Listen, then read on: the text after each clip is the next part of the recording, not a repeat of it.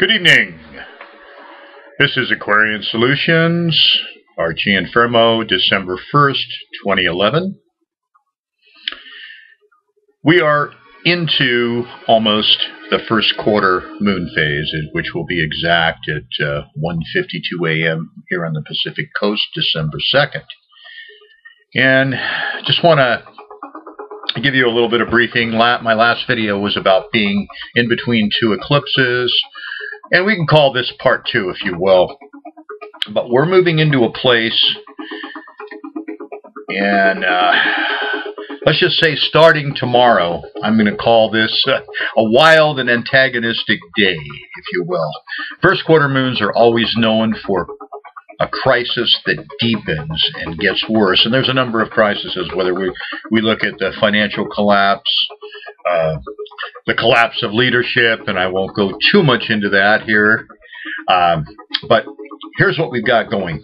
I mentioned a cardinal cross has been forming. I mentioned that Mars will be retrograde all the way till July 3rd, 2012. So that will trigger and put a whole different tenor on things. And Mars being in Virgo, lots of details. Of course, there's 2 or 3 ways to look at it. In terms of research and information, it is a great time. In terms of technical discoveries, also very good.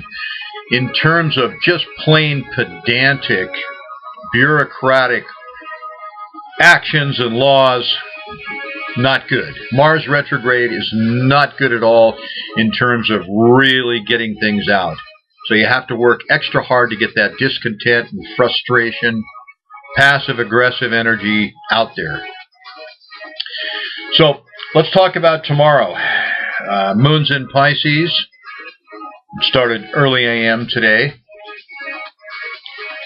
So there's going to be a lot about the martyr, the victim, the savior. I hesitate to call it a Christ complex. I really wish it was. No, it's really about who's the victim and who's creating the victims.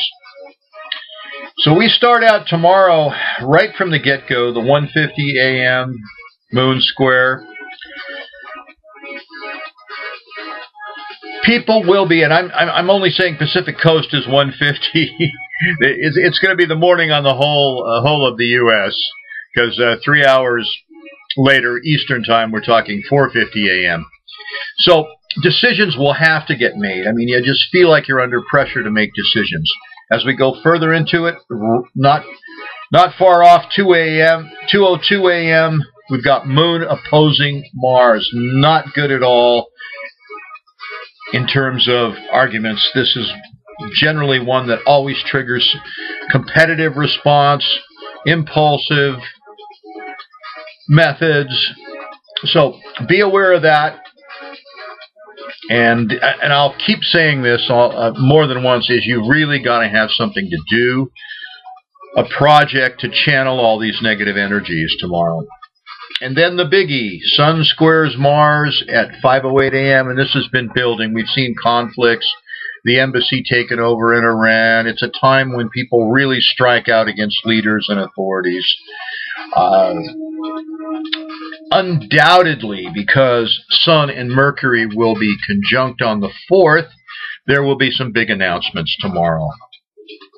From a weather perspective, a lot is happening because we've also got Mercury, which is retrograde, square Mars, and that's coming up on the 4th. Let's take a quick look at what's going on with the weather, and I'm gonna focus on the wind more than anything else. And Utah, 100-mile-per-hour winds buffet Utah, toppling trucks, trees, and power lines. And the time of all this happening, which is very interesting, was between 5 and 8 a.m. At least 6 semis were blown on their sides on the I-15 in Davis County. It turns out Moon was conjunct Neptune right about 4:27 a.m., I guess, Mountain Time. And at that time, the Moon was void of course. So it was still in Aquarius and was still close to Neptune. So we've got the whole thing about high winds, very strong gale force winds happening with this Aquarian conjunction. Also in Scotland, gale force winds create havoc, prompting scores of calls to the emergency services. And here again, we're talking winds excessive 73 miles per hour. So, as we go into this a little bit more, we're seeing even 10:06 a.m. Pacific Coast Time, 1:06 p.m. Eastern Coast Time, we've got Moon squaring Mercury. And I have to say that with Mercury and Sagittarius, the blunders, the oops moments, the just glitches and mistakes that will be said should be funny. I mean, we're hoping that. But as I said here, the candid language could become offensive. So communicate sensitively. Be kind in your conversations and expect that there will be some major transportation problems. Going into the third Saturday, actually, we have about 5:51 p.m. Western Time. Moon goes into Aries. Oh boy, we've really got some action now. The ruler, especially with the ruler Mars, square Sun and Mercury. And into Sunday, just expect earth changes. Expect just changes and arguments. So, my remedy, of course, now we put on some appropriate music.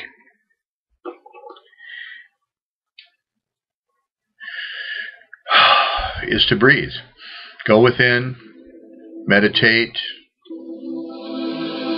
have projects to do, maybe those projects, and I particularly recommend something that's physical, if it's exercise, whatever that might be. Be one-pointed about everything. So I'm going to just run through very quickly. I said that we're in between two eclipses last time. The second eclipse is a total lunar eclipse, and it occurs 6:36 a.m. Pacific Time, December 10th. Moon will be in Gemini. 9:36 a.m. Eastern Time. Antares is the rising star. So we're talking about this Heliacal Rising Star being Antares, the heart of the Scorpion constellation, is very much driven by passion, obsessions, compulsions. But to top that off, the heliacal setting star is Algol, known as the demon star, the blinking star in the constellation Perseus. So passions will be exaggerated, augmented to a great, great degree. And remember, we're in between eclipses, so when we look at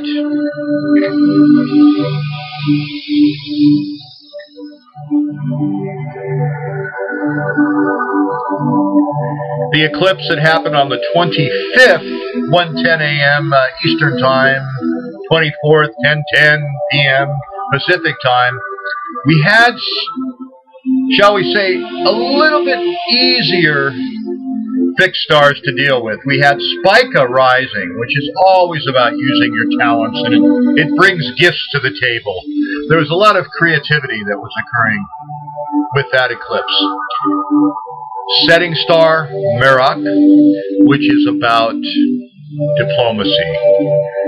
And it is in the constellation Andromeda, usually considered very benefic, although it has been connected to larger earthquakes. The other heliacal setting star was Hamel, which is really about only action can solve problems. So with Mercury retrograde, you got to slow down and see what you're doing before you jump into things. So that was the first eclipse. I'll go into more detail on my website or blog. I'll talk more about things like Alfred with the moon, which is part of the sea monster, if you will, and can bring about a lot of deception.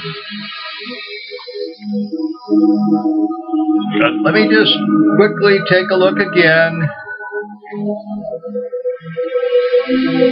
at December 10th.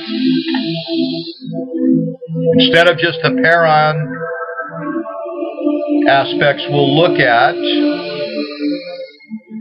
on this total lunar eclipse,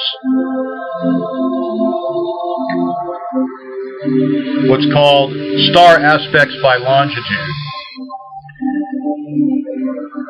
Venus is parallel Phasis, and we're talking about when Phasis is there, it's usually a certain amount of ruthlessness is involved. It also can involve a blinding. Meroc is conjunct Saturn. Again, be aware. Earth changes. And during that eclipse, Mars is even more prominent in a cardinal cross opposing Ceres and Pisces. So health issues will be really, really important. And I described that today more in terms of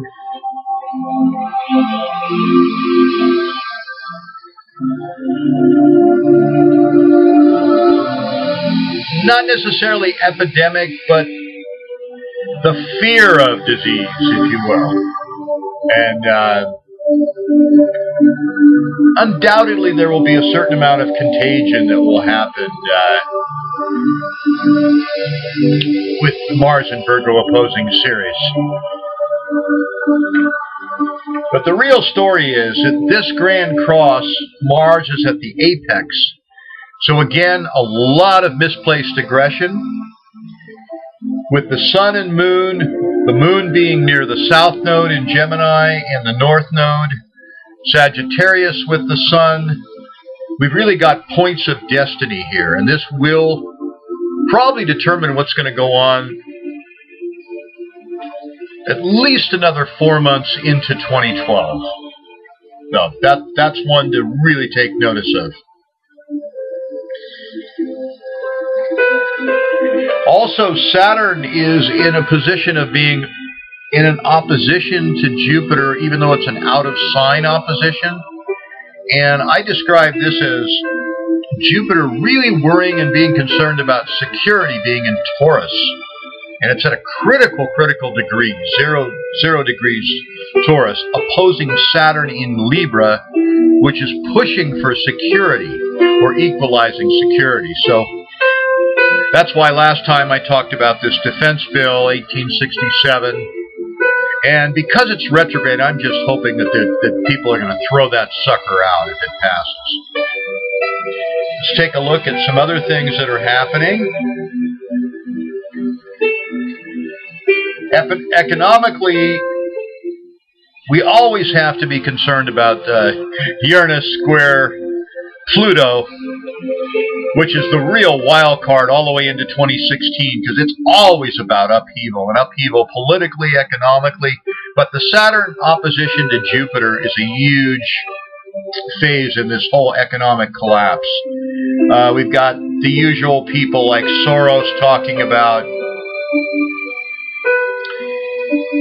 self-reinforcing process of disintegration. Yeah, right. The world's falling into a deflationary debt trap. Well, this is a debt that they created anyway. Then you've got Nicolas Sarkozy saying, using austerity alone to solve economic crisis affecting France and the Eurozone would lead to recession and depression. It's already there. Now is the time for the Phoenix to rise up and look at a new way to do things. Then we've got Syria, and without going into too many details, this is the hot zone of this crisis coming up in the next few days.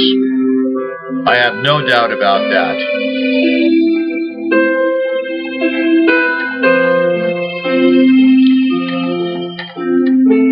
The other side of it is the fact that most importantly, all the controllers are trying to buy time And that's where Mars in Virgo comes in, doing the same thing, expecting different results. Very pedantic way. But ultimately learning from mistakes. And that's the key to all of this. So I'm going to sign off for tonight, December 1st, 2011. And want to wish you all the very best. Enjoy. Let love rule the planets.